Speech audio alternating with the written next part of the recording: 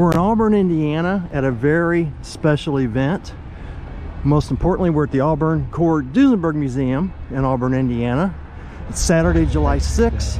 And why is it a special event? It's the 50th anniversary that this building opened.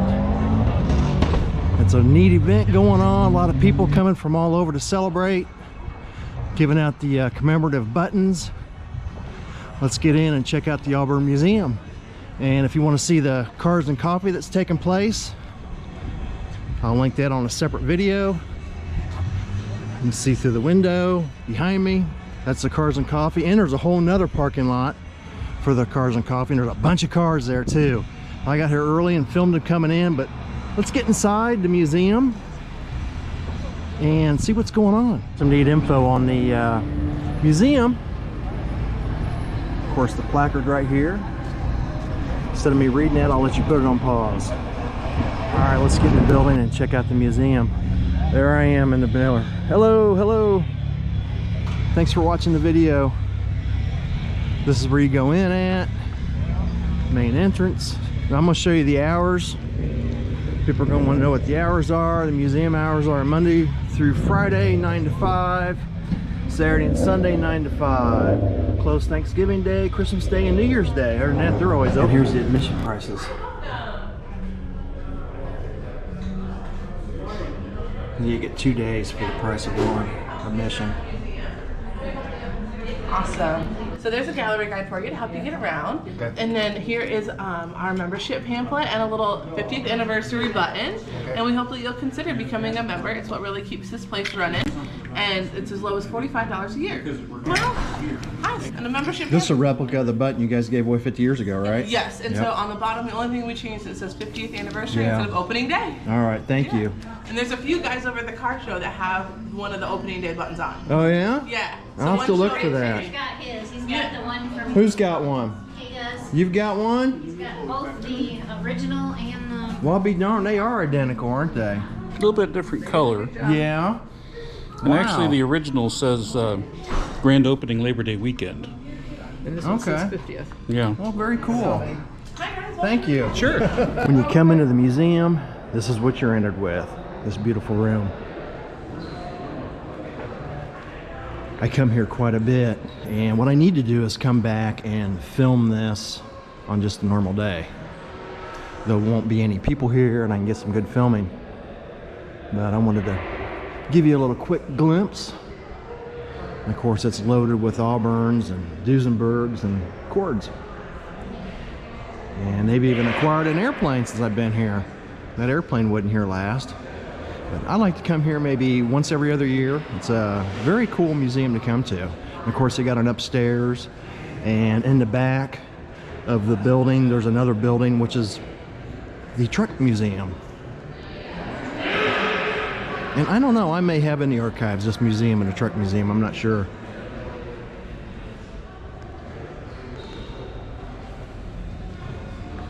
Beautiful cars, beautiful place. Let's walk around and check it out.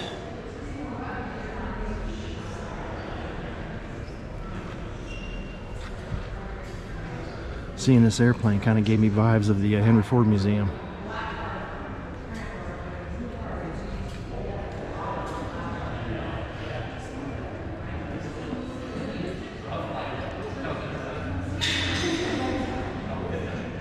They got different tables and stuff set up in here. They're going to do different events today. Normally those tables wouldn't be set up.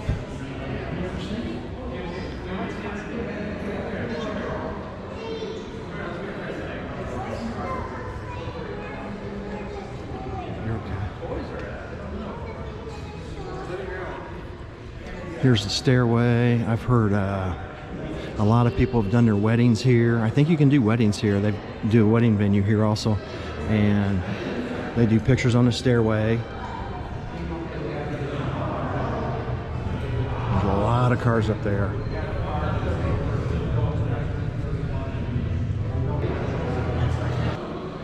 But definitely well worth it. You can come in here and spend 2 hours or spend a whole entire day. And I think your pass also includes a 2-day pass. I've been in here 2 straight days before, looking around.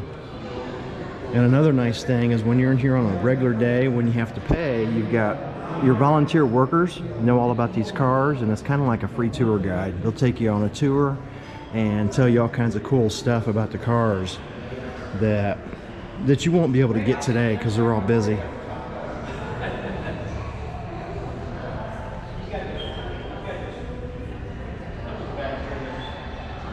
Another glimpse of the stairway. That's where we came in. Very cool place. I'll show you some more work up there when I get closer on the stairway.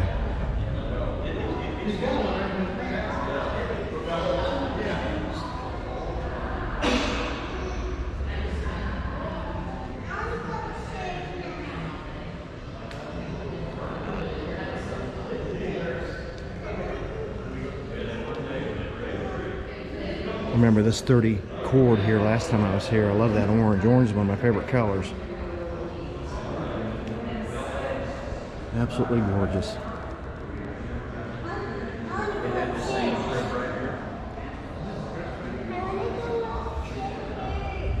Anyway, let's head upstairs. Give you an idea of the artwork up here at the ceiling.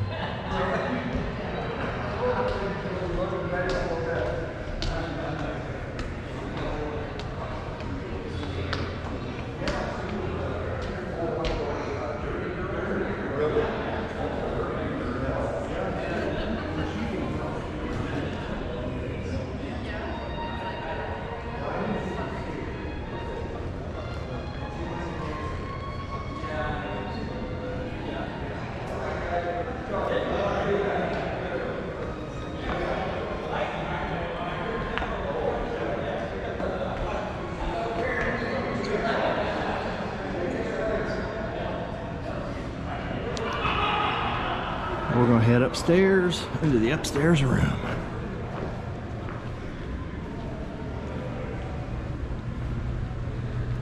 A lot of cars up here. And also there's like a split level room. There's a lot of reading and stuff. And I call it the education room. So you can read and learn all about the cars. We're going to try to get some of this filmed today before it gets too busy. Absolutely gorgeous.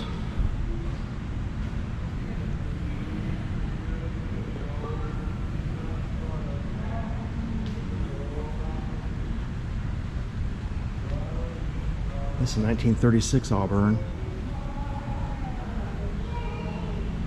Tell you what, is that talk about nice. Super cool.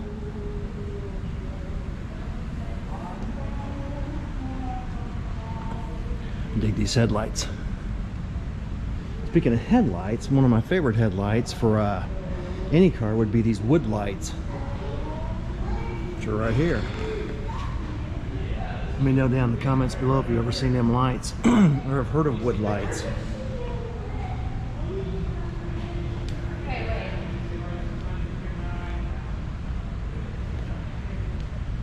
Those have always been my favorite lights on any hot rod, but they're very expensive and hard to find. This is a 32 Ruxton.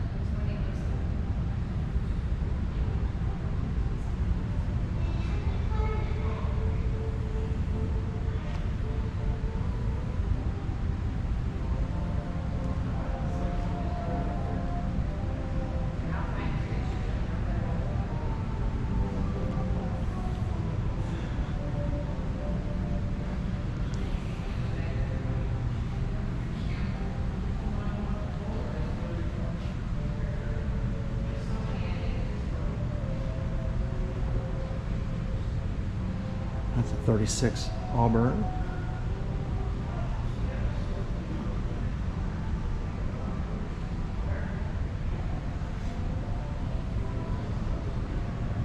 Here's a 1932 Duesenberg, 32 doozy.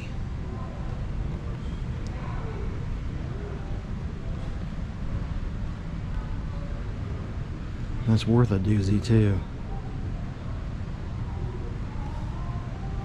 1936 Cord, this red one.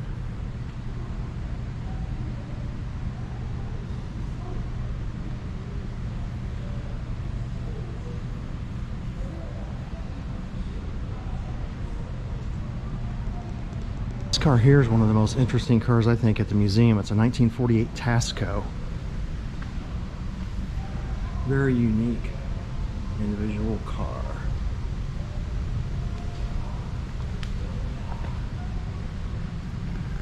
I'll show you the placard card on it.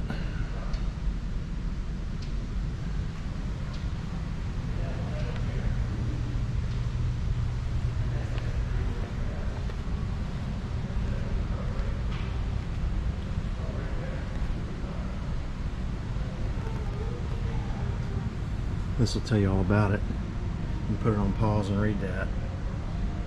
1948 Tasco.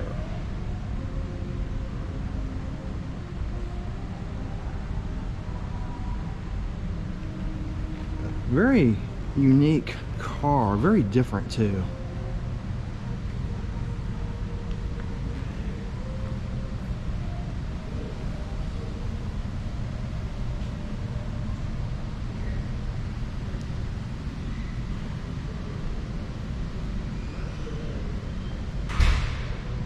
Another one of my favorite cars. Last time I was here, this car greeted you when you came up the stairway.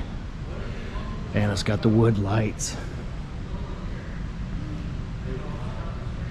31 Cord. Absolutely gorgeous. Look at them lights. Look at those lights. Oh yeah. In fact, I gotta show the placard card on this. Oh, yeah, it's glaring. There we go. Take off the glare. You put that on pause and read it.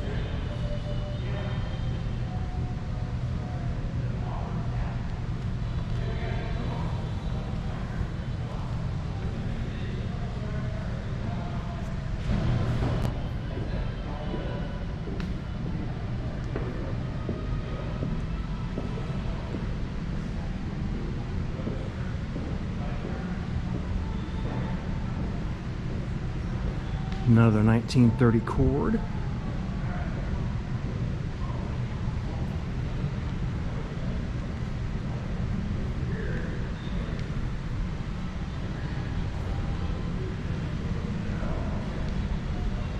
And a 30 Packard. I'll tell you what, this would be a thumbnail right here probably.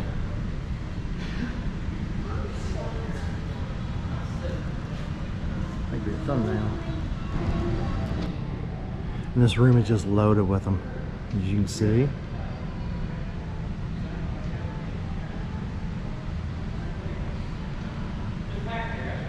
This room here I call the speed room.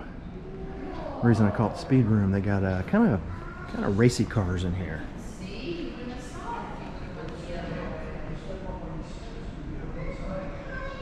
(1914) Duesenberg.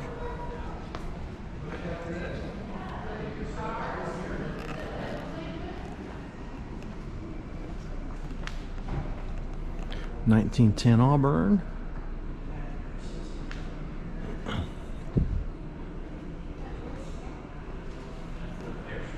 And a 1935 Auburn.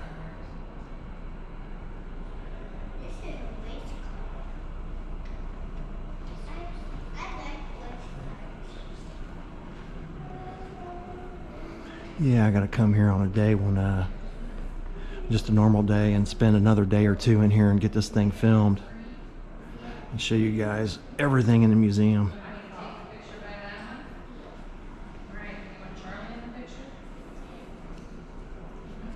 No race helmets. Can you imagine racing in that?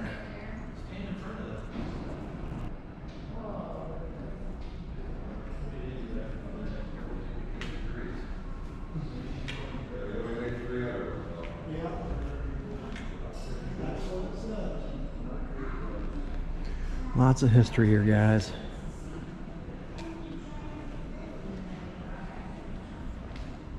Lots of history.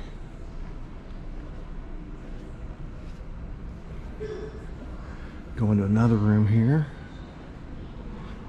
We're still upstairs. This room kind of circles around.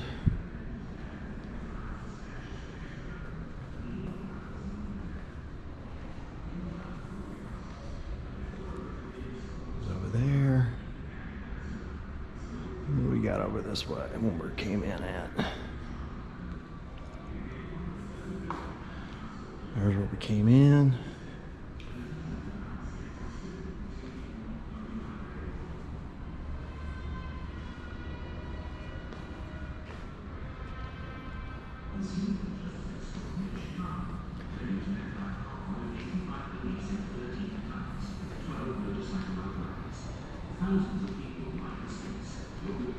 Oh, they got the John Dillinger exhibit over here. I'll show you. I remember that. That's cool.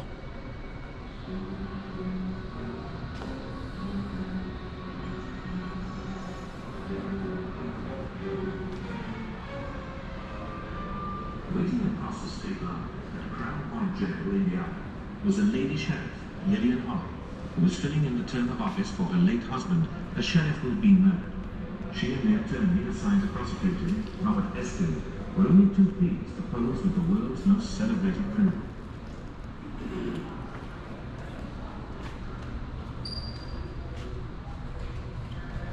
Put this on pause and read it. This was how a contemporary newsreel described the ambush. At about 10 o'clock, Dillinger walked out of the theater with his moms, who were about to sell him to justice for a price. The federal agents were watching. Tensely and silently, they closed in about him. Suspicious and alert, Dillinger Yeah, sensed machine that guns something on was loan wrong. His hand from the flew to Auburn gun Police in his Department. pocket. He was going to fight it out with the law. But a federal agent beat him to the draw and sent a bullet crashing through his skull to emerge beneath the right eye.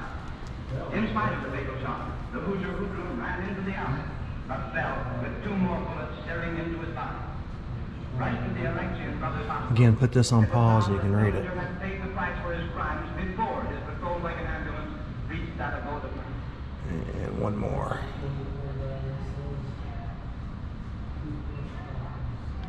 How cool is that? At Lee and Jake, all 3 posed as police officers. They asked to see Dillinger. But Sheriff Jess Sauer was suspicious. Let me see your credentials, he demanded.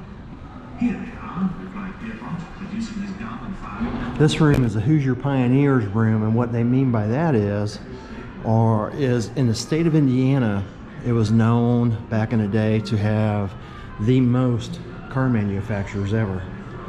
And what do I mean by that? Right here. Production cars made in Indiana. And there was a bunch.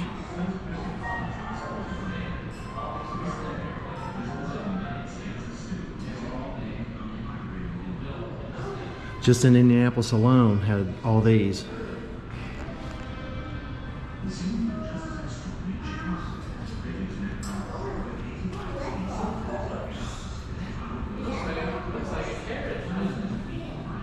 Very cool.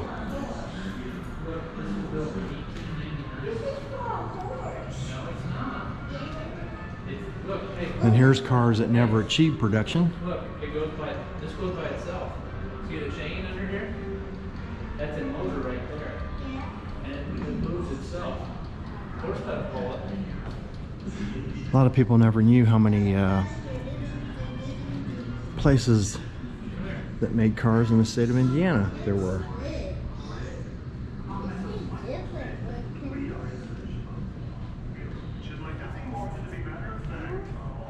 I kind of call this the luxury room. It's done up really nice, almost like a movie theater, and a nice place to sit and watch some TV. We've encountered a bit of misfortune by way of personal transportation. I'm just ready to hear that every horse is all right.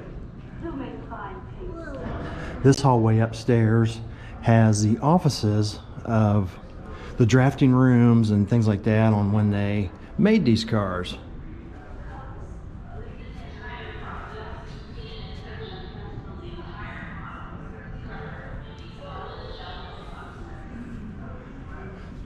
I always liked this room with the clay cars. It's a job I wanted to do back in the day. When I was a kid, I thought I'd get a job doing this. I guess that's why I started building models, because I didn't get that job.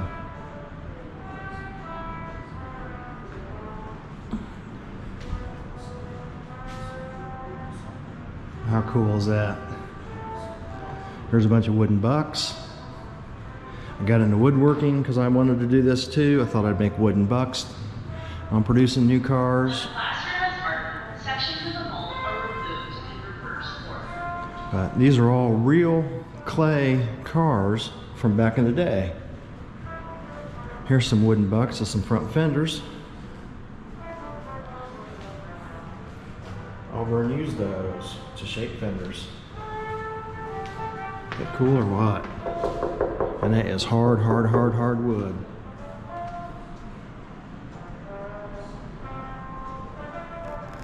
Here's another office.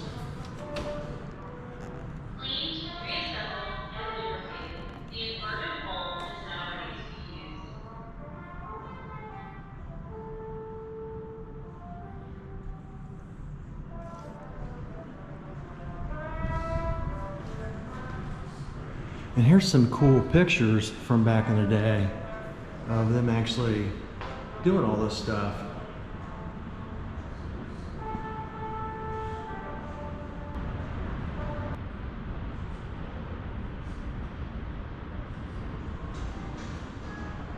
Something else I like about this building or this museum is how they've kept the original woodwork and stuff, the character of everything on this building.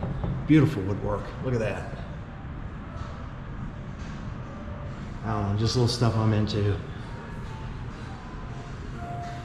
Place right side up. The mold is now removed in the same order as it was from the plate model. The plaster casting is now complete. There's something cool. Put that on pause and read it.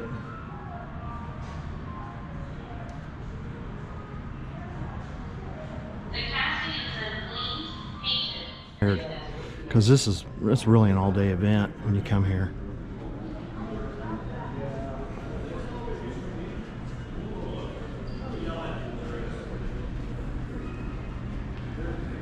In 1911. How do you pronounce that? I'm not even going to try. I'm not even going to try.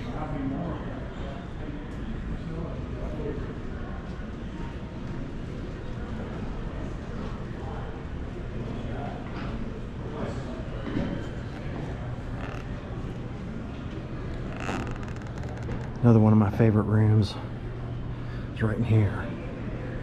See, there's places to sit. A lot of places to sit if you get tired. This is the engine room. That's what I call it. Got a lot of the engines. It's a 1936 Cord.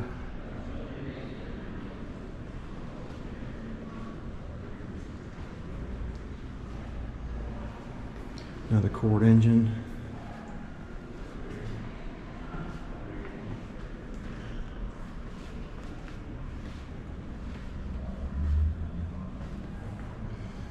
Here's an 851 supercharger off an Auburn, 1935. I always thought that was slick. And then check out this. The salesman. This was a sales demonstration back in the day. The salesman used those. How'd you like to have that for you model builders? That would be probably maybe 8 scale. That's how big those are.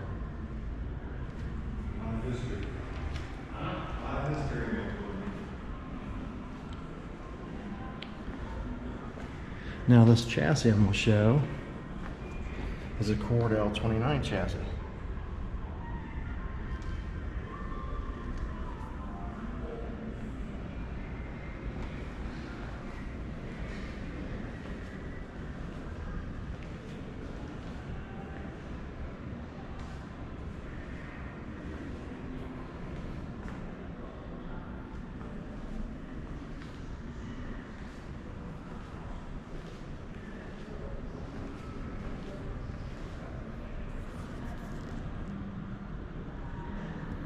Very cool.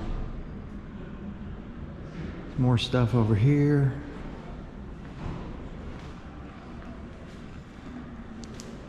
This carburetor is neat on how they have it broke down.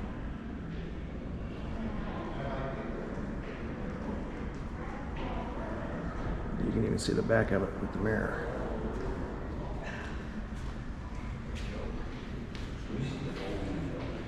Rear end.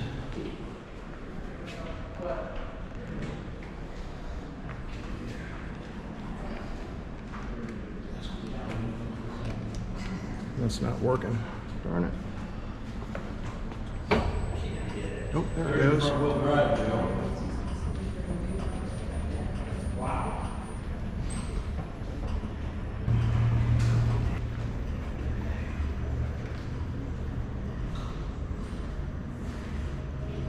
The V16 aircraft engine.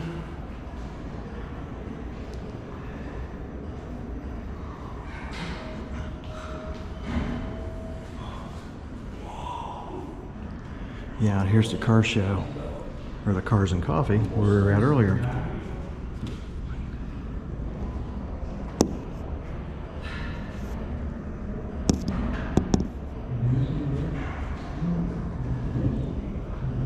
You want to see that footage? Click onto the video at the end to see all the Cars and Coffee here. There's a lot of neat cars, and it's in the other parking lot.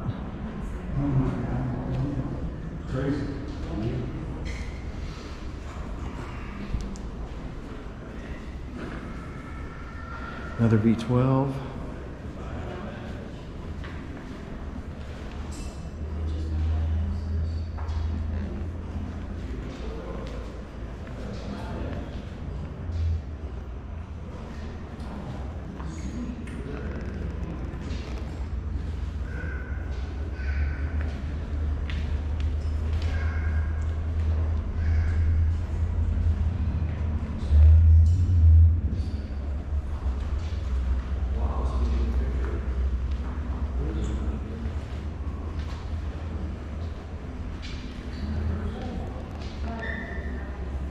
And a little 6-cylinder.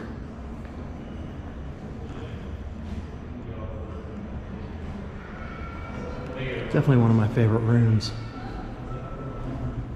What are we going to get into now? A lot of cool pictures. There's the front of the building where we're at. A lot of history.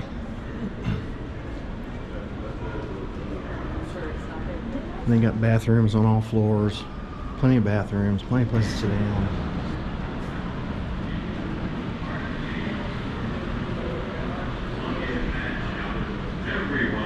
Oh yeah, nice comfy couch right there. Watch a little TV. And when you watch TV, it's always stuff educational about the cars. Definitely a lot of places to sit. It was powered by a 2-cylinder 15 horsepower air. 1908. The end slogan was, the car that satisfies. The Zimmerman was built from 1908 to 1915 by the Zimmerman manufacturer. 1910, Zimmerman. That's the Zimmerman room. There's 1909, McIntyre.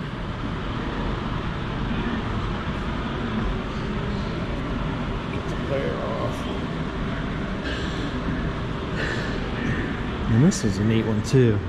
Like a little 1-seater or 2-seater. 1913 IMP.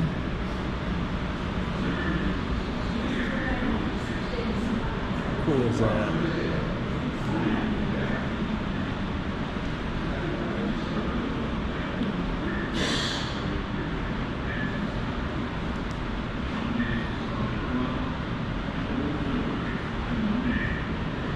'09 Zimmerman. What cars have come a long ways, haven't they?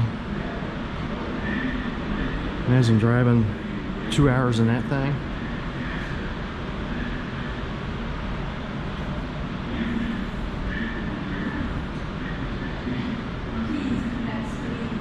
More offices, more places to sit. Always places to sit. Well, here's something kind of cool. I remember doing this years ago. You want to test your typewriting knowledge or challenge your typewriting? There you go. Before typing, be sure there is no paper loaded into the paper bill and that the paper bill sleeve is in the upright position. Place the provided stationery Telling you how to type. face down. Things have changed on that too, haven't they? But you can try it out. You can sit down and do it. Got to load paper first. Another view of the other parking lot we were at. Lower the We were filming this parking lot too earlier. So you got the one across the street and then this one here. And right below us, right there is where you come into the museum. Again, if you want to see that footage of the Cars and Coffee event, go to the video linked at the end. Another office.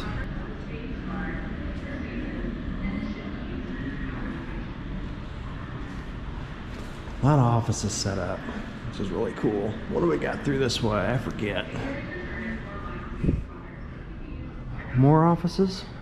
Yep, more offices. All kinds of stuff set up. Go around, more offices. Let's go find some more cars.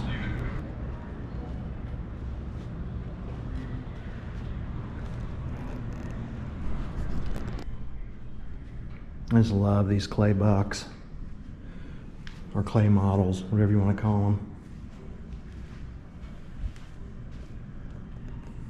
But this room's kind of cool. It shows you, it's called Back to the Drawing Board Room, and it shows different plans on what they come up with for different pieces on the cars.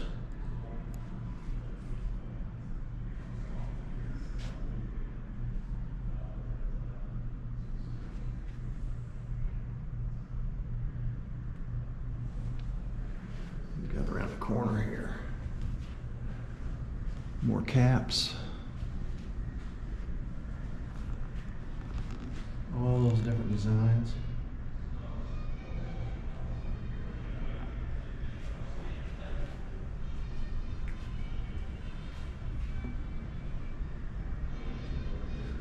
There you go. 32 to 33. We created an assortment of 65 alternate hubcap designs for the 34 Auburn.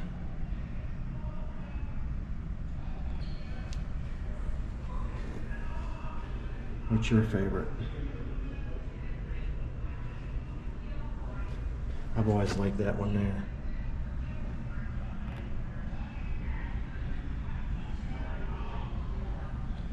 I always liked that one.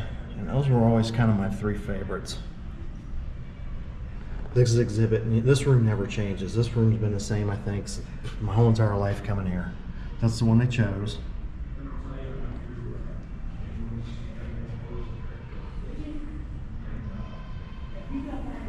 Lots of different ones. 65 different ones.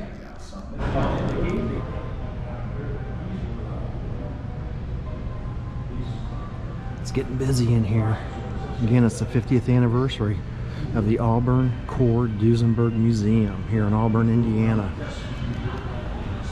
Why is it the 50th anniversary? It was 50 years ago today that this museum opened. I love seeing them unrestored.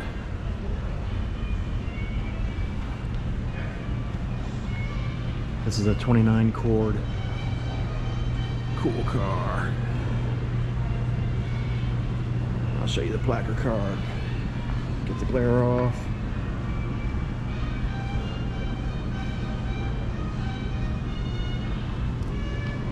Another neat car I've always liked is this Auburn right here. And look at the lights. This is a 1929 Auburn. I always thought this was cool. I'll show you the placard card here in a second. Again, it's got the wood lights.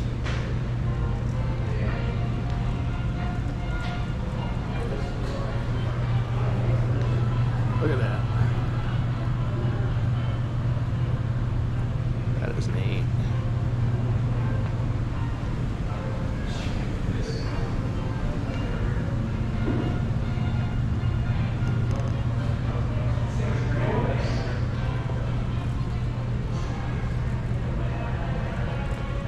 There used to be a display on the wood lights somewhere in here. I need to find that. Now let's show you the placard card. Get the glare off and put it on pause.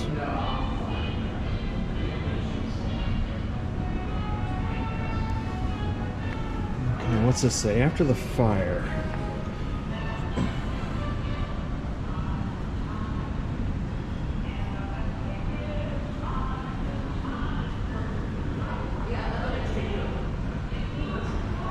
Hope you can see that when you put it on pause.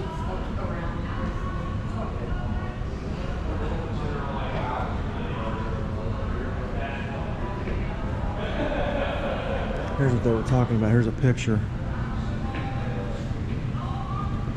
And that there is circled.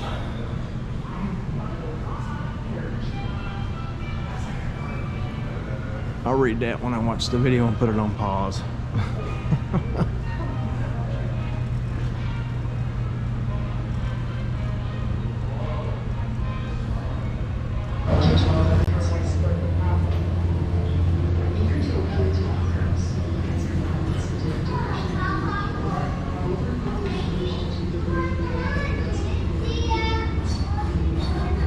I always thought this here display was pretty cool. It's kind of hidden off in that room I told you about earlier that I call the learning room, where you can read a lot of stuff. But these are paint panels for the 37 chord.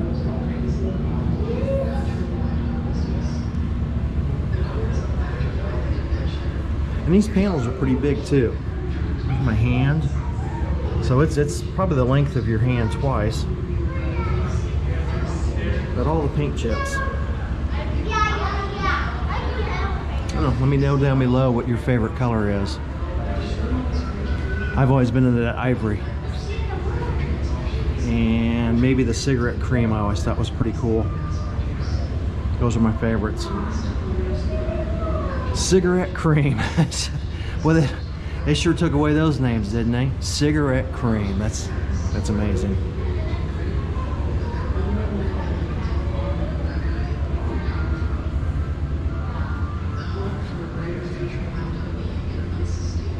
I want to show you this before we leave this room. It's a concept drawing.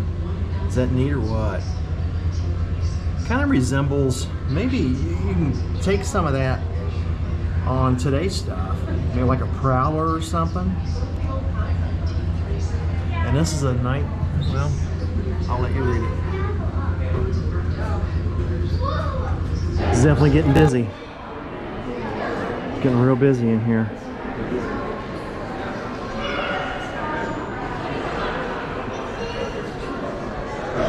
Here's a 1929 Duesenberg.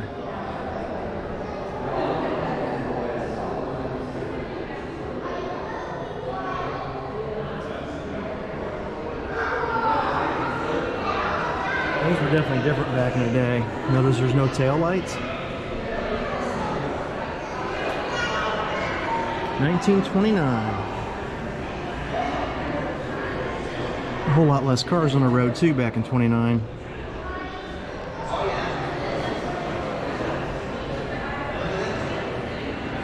I'm a headlight junkie. I always like these headlights too. Decorative trim on it. You'll catch on when you see my swap meet videos that I'm a headlight junkie. I used to collect headlights.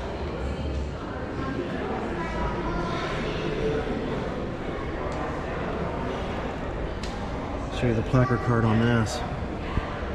Put that on pause.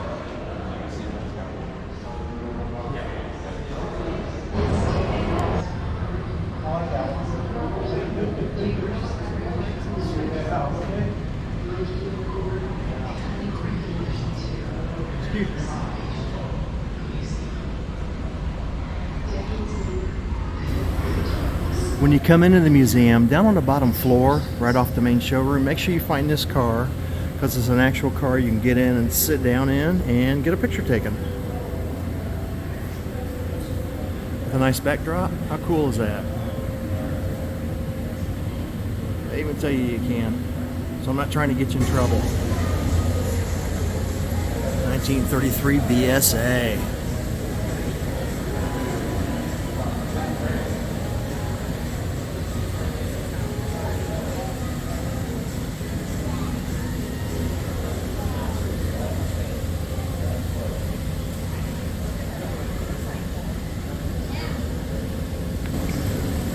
(1932) Duesenberg.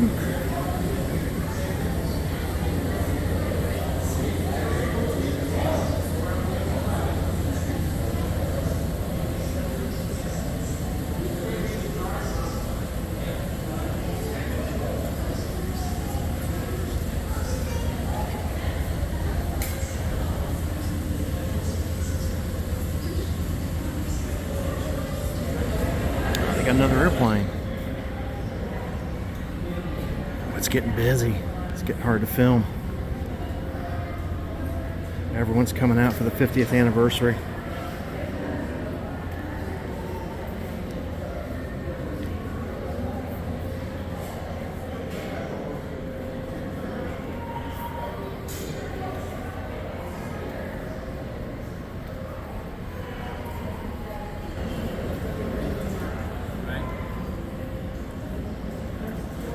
It's a 1946 Stinson airplane. I don't know nothing about airplanes. It's interesting.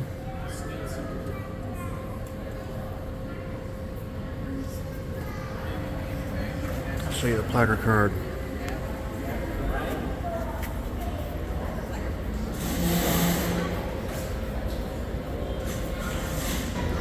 (1932) Auburn. Look at the detail on this when it was made. Just in the paint alone. The net piece there.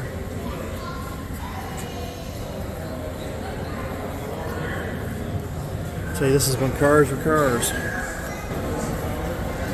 And of course, that's how they came up with the name trunk. Because you always had trunks in the back to haul your luggage. And there's how you came up with the name trunk on the modern cars.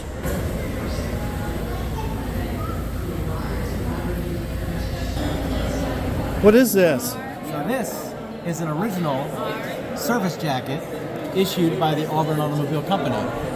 And this jacket was worn by a gentleman by the name of Lester C. He wore it in this room 50 years ago today. Oh yeah? The day the museum opened. Now what did he do? And what would he do in the jacket? He worked in the service parts department for the Auburn Automobile Company from 1930 to 1938. And this is one of two uniforms that he was issued by the company. So he worked on the cars? He actually more worked with gathering and shipping out parts to different dealers and owners across the U.S. Very cool. Thank you. Yeah. This is Duesenberg number 1, and they said this is appraised at $50 million.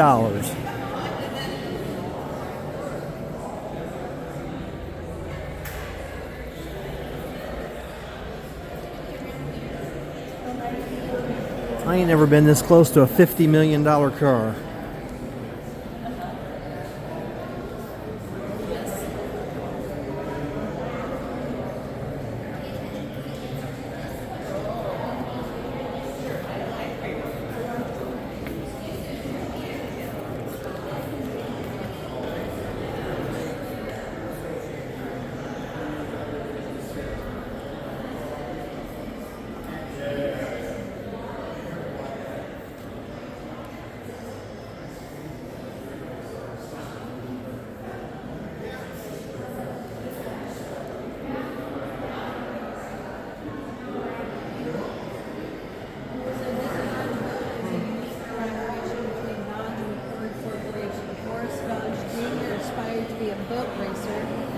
The Horace E. Dodge Boat Works building water cars. In adding elegance to the boats, he turned to E.L. Cord, whose Cord Corporation owned by Lycoming Manufacturing, to utilize their engines.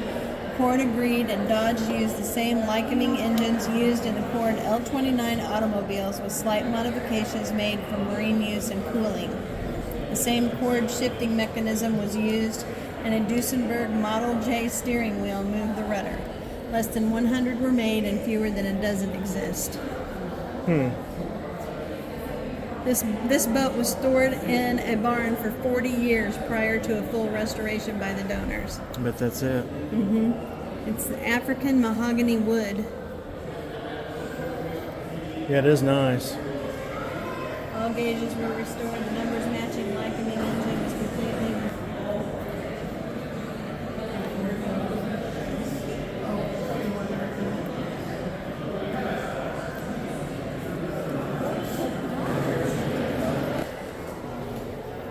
Wow, that is something, isn't it?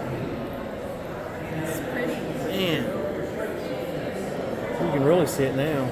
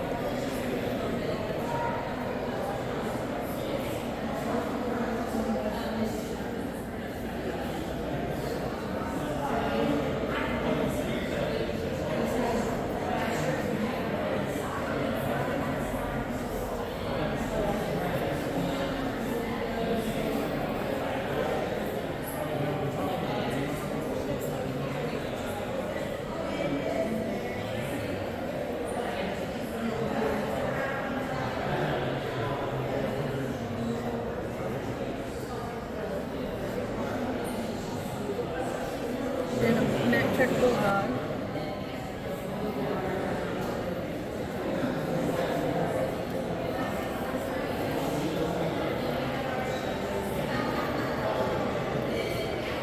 What's the one with Uncle Sam? That's interesting. 1915. Wow. Those are cool. Statue of Liberty? Uh-huh. Liberty Bell. Those are neat.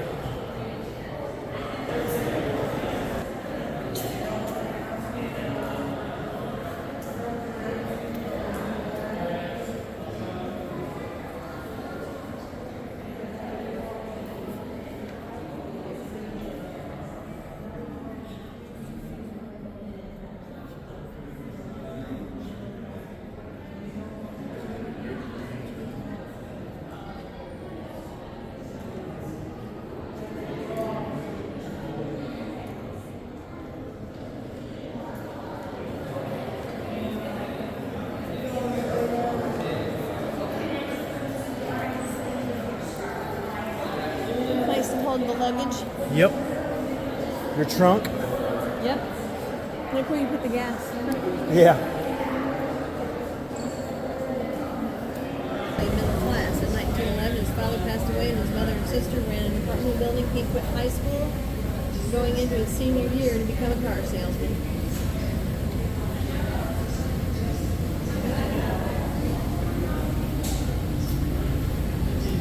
What have you ever guessed? 2 bedrooms, 3 dining rooms, and an underground wine cellar.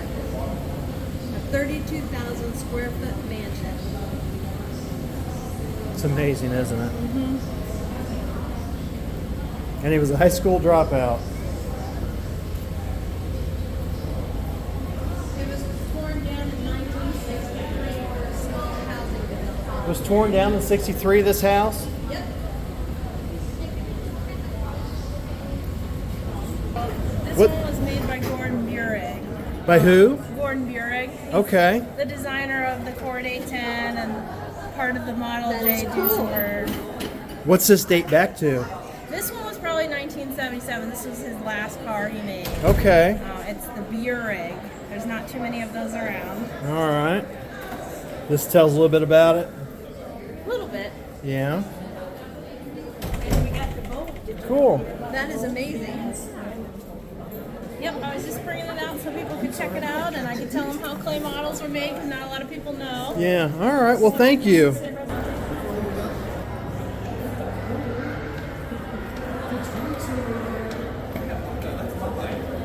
A car just like this went to France. Went to France for the auto show in Paris. Then it went to Canada. And somewhere between Canada and Auburn, it was lost. And it has never been found. And the Auburn Court Duesenberg Club took another L29 chassis and using photos and prints, reproduced it. So this is a reproduction. It is not the original car. But it's a Cord Speedster, which is very special. And there's one other car, the gray and maroon one that we had, that's a guy in Michigan, liked it so much, he had one built for himself too. Mm-hmm. And the wood lights, as I understand it, are not very good. From a lighting point of view, they're not good. They look good, but I've always wanted them on a hot rod. but they don't give you much light. But they look good. They look good. Oh, yeah. So They are it's neat also lights. a no-go. So But- how's that match your story? Well, pretty close on that. Okay. And that, but on the headlights, even the great big ones didn't put out Yeah, much they didn't light. put out a lot of light. You know, They didn't have the optics we but have today. you know, everything was so dark though. Yeah. Mhm. Any light was better than Yeah. none. But like when I drive my old truck, Yep. my headlights just basically tell somebody else I'm on the road. It doesn't Yeah. help me Yeah. see the road any better. The other thing about this car is if you look in the doors is the liquor cabinets that are in the doors. So you always Yeah. keep your spirits close at hand. Yeah. Couldn't do that today, could you? They'd frown on it. Yeah, not look box. But that's the story I know on this. There, you know, and there's a few cars in the museum with very similar stories, Yeah. like the Ford prototype. Yeah. That was basically in pieces, and they found the engine Yeah.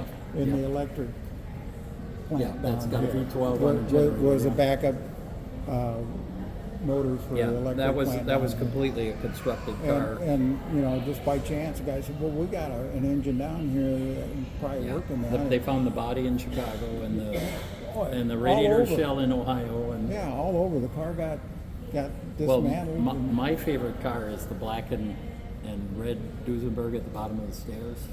Mhm. I have learned that is somewhat of a fake. It is pieces from multiple cars. It's all Duesenberg. Okay. But it's a kit car. And that body was not original. Now, even back in the day, they would swap bodies. They'd send it back to the plant and get a new body. So well, if you then got tired of one car, you change it. It's the Frank Duesenberg. The Franken Duesenberg. Yeah, the Franken Duesenberg. Yeah. There you go, Frankenberg. Yeah. But it is a mix and match. All righty, well, thank you. Thanks for your comments. I've got another story.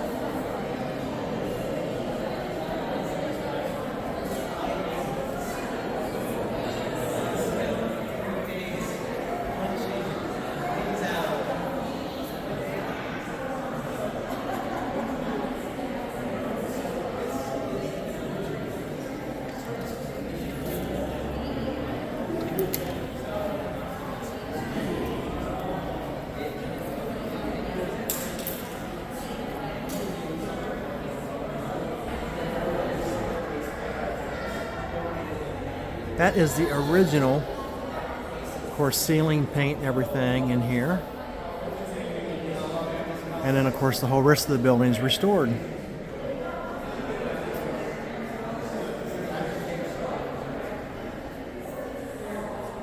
And right, that doorway is where we first came in for the video.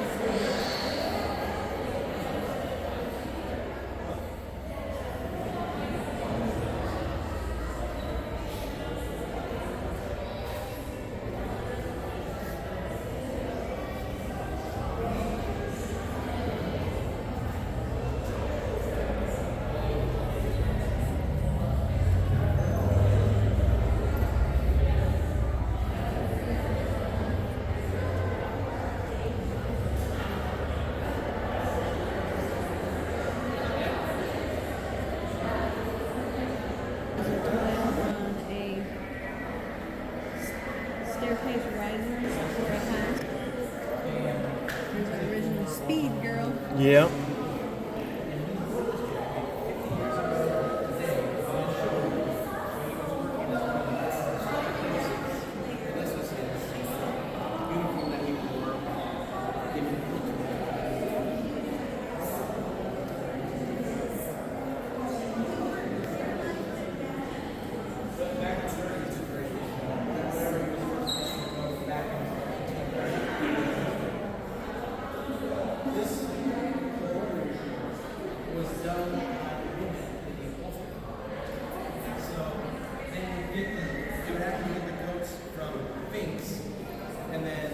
they would actually have women. He's here to tell the story about the embroidery that was done on this jacket.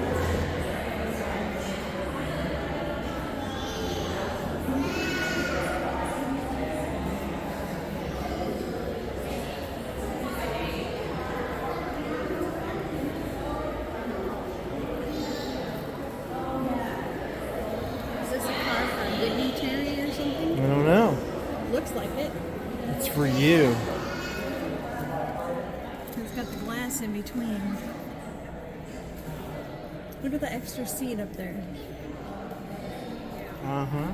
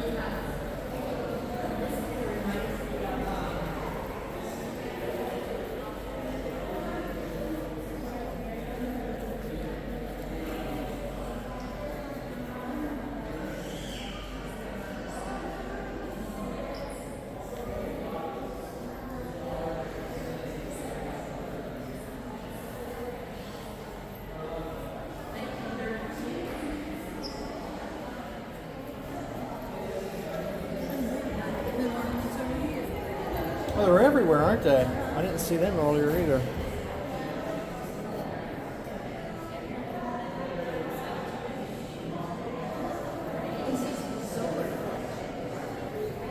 Very few automakers offer hood accessories, but for early motorists, they serve as a practical and decorative work of art. From 1905 to the 1930s, motorists relied on motometers, a thermometer device mounted on the top of the radiator to monitor engine coolant temperature.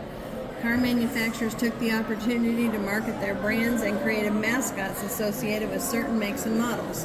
These mascots would accompany motometers on the caps of car radiators until car body designs changed, placing the radiator under the hood. Mascots remained as a fashionable accessory on top of the hood. The auto designers added chrome-plated strips and called them hood ornaments for a more modern look. Today, the terms car mascot and hood ornament are used interchangeably. That's cool. Yeah. Did not know that.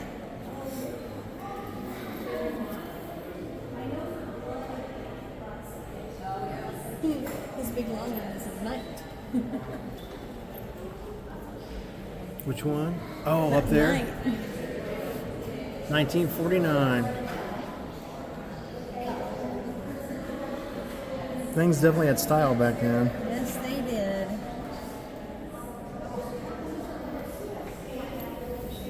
Now it's all aerodynamics and plastic. That one's really cool. Yeah.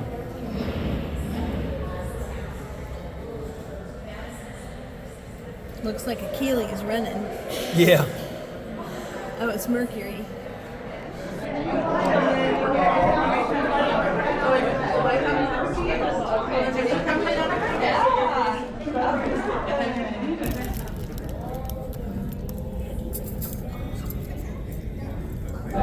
When you exit out of the museum, of course, there's a gift shop.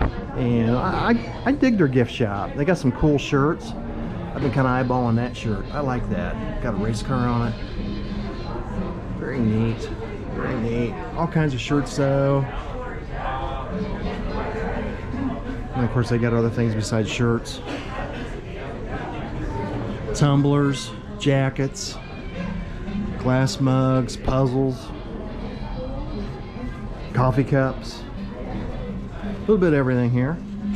Of course, here's a whole nother row of shirts. I'm a shirt junkie too. I always get a shirt every event I go to. I've got way too many t-shirts. I was digging on these shirts too. Those look good. Got hats. Die-cast cars over there. Coolers.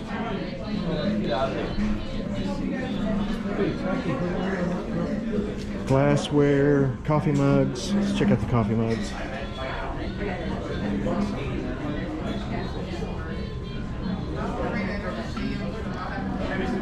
Nice gift shop.